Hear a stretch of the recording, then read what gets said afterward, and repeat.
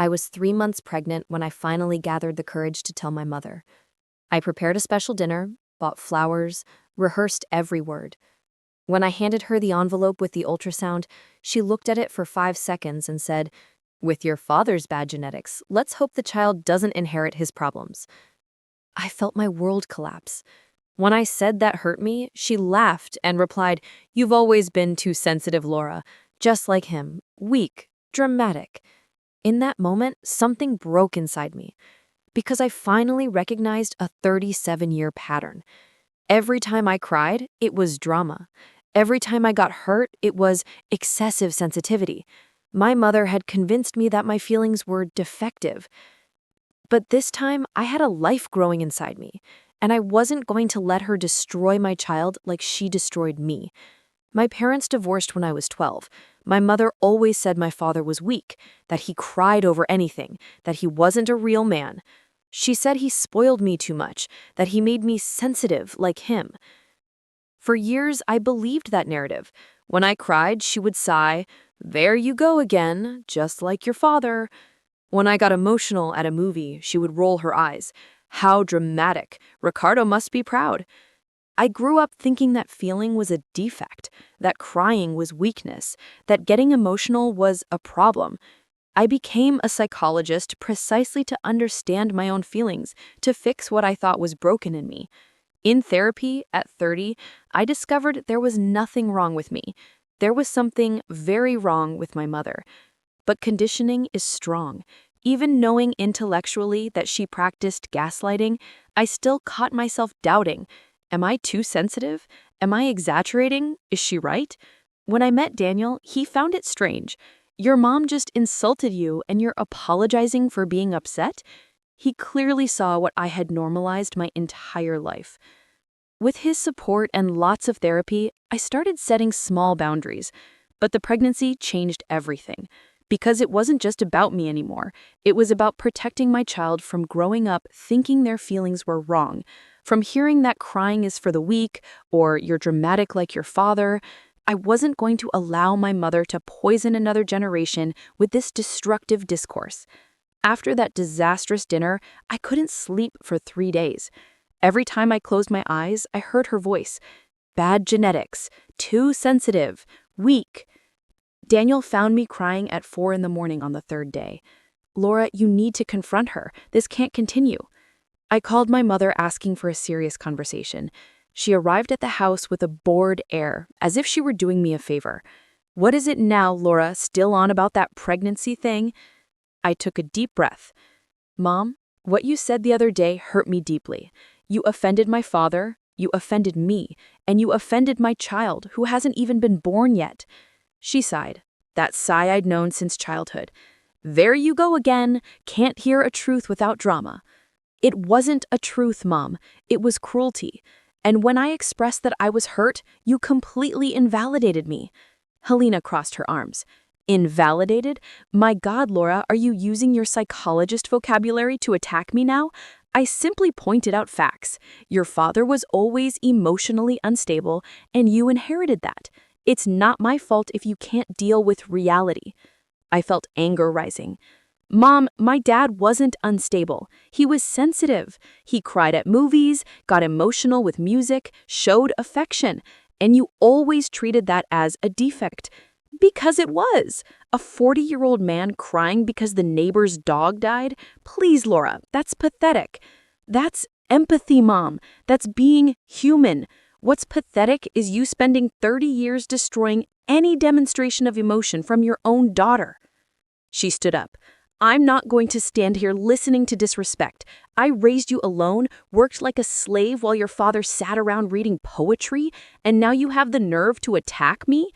You didn't raise me alone, Dad. Dad paid child support on time, picked me up every weekend, was present at all my school presentations.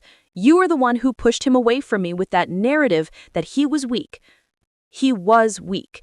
He couldn't handle any pressure, ran away at the first conflict. He left because you tortured him emotionally, because you did to him exactly what you do to me. He developed depression because of being married to you. The silence was heavy. My mother looked at me as if I had committed an unforgivable betrayal. I see, she said quietly, but with venom in her voice. You're on his side now. After everything I did for you, you chose to believe his lies? They're not lies, Mom. I was there. I saw you humiliating him for crying at his sister's wedding. I heard you calling him weak and pathetic in front of me. I was 8 years old and you were teaching me that showing emotion was wrong. I was teaching you to be strong. You were teaching me to repress. You conditioned me to doubt every feeling I had. Do you know how many years of therapy I needed to deconstruct that? My mother laughed. A cold, calculated laugh. Of course, therapy, another luxury you can afford because I worked to secure your future. And now you use it to blame me for everything. I'm not blaming you for everything, Mom. I'm holding you accountable for the emotional abuse you practiced and continue to practice. Abuse. She practically spat the word. You don't know what abuse is, Laura. Abuse was what I suffered putting up with a crybaby husband who couldn't have a serious conversation without falling apart. Dad fell apart because you attacked him. Because you turned every conversation into criticism, into humiliation. I grabbed my phone. You know what I did this week? I called Dad. I talked to him for the first time in years, without filtering everything through your version of the story. And you know what he told me? She paled slightly.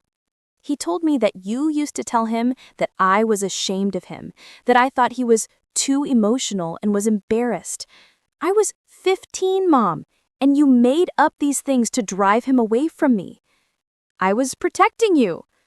From what? From having a loving father? From having an example that men can be sensitive and that's beautiful? You were isolating me to have total control over me. Daniel appeared in the living room doorway. He had stayed in the bedroom on purpose, but I think he heard my raised voice. Helena looked at him with disdain. Oh, of course. Your little husband came to save you.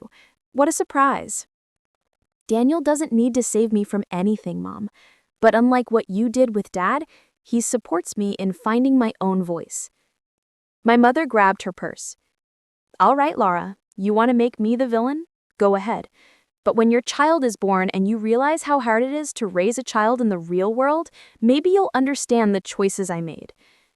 I already know how I'm going to raise my child, Mom. I'm going to teach that crying is healthy, that feeling is human, that being sensitive is strength, not weakness. Everything you didn't teach me. She laughed again. Good luck. You're going to raise a weak child, dependent, unable to handle criticism. Just like you. Just like your father. That was the last straw. You know what, Mom? I really did inherit things from my father. I inherited empathy. I inherited the ability to be moved by the beauty of the world. I inherited sensitivity to understand others' pain. And you know what else? I'm proud of it. Because these characteristics make me a good therapist, a good wife, and will make me a good mother. I took a deep breath for the hardest part. But what I'm not going to do is expose my child to the same poison you fed me my entire life. So until you learn to respect emotions, to not humiliate people for feeling, you won't have access to my baby. Helena was speechless. You're keeping me away from my grandson?